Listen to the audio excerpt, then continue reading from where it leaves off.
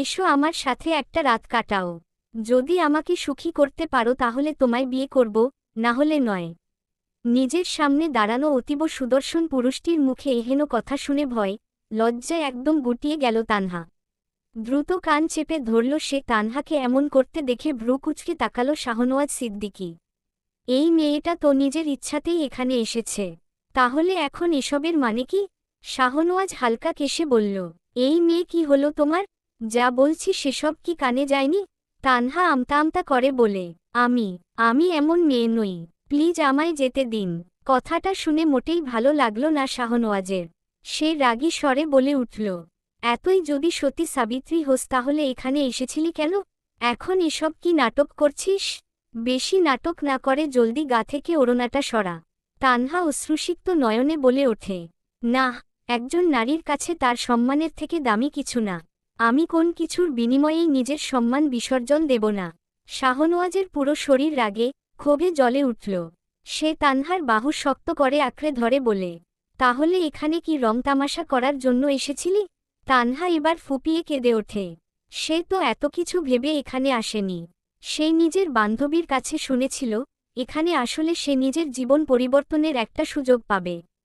কিন্তু সেই সুযোগের জন্য যে এত বেশি দাম দিতে হবে সেটা তার কল্পনার বাইরে ছিল।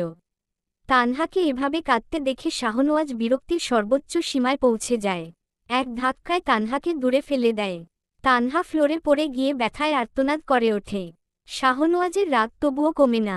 সে সিকিউরিটি গার্ডদের উদ্দেশ্যে বলে, এই মালটাকে জলদি বাইরে ফেলে এসো, এর চেহারাও আর দেখতে চাই না।